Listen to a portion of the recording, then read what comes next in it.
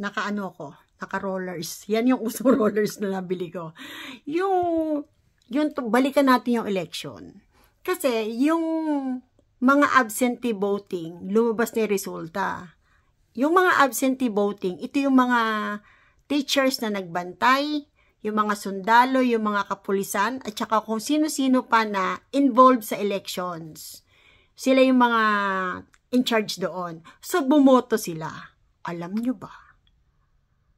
Landslide ang Duterte.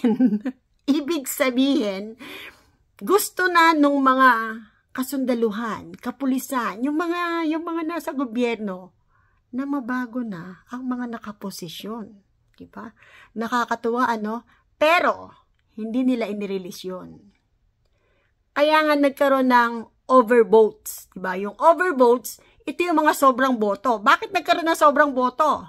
Kasi, meron ng lumitaw na boto, hindi pa nabibilang yung boto.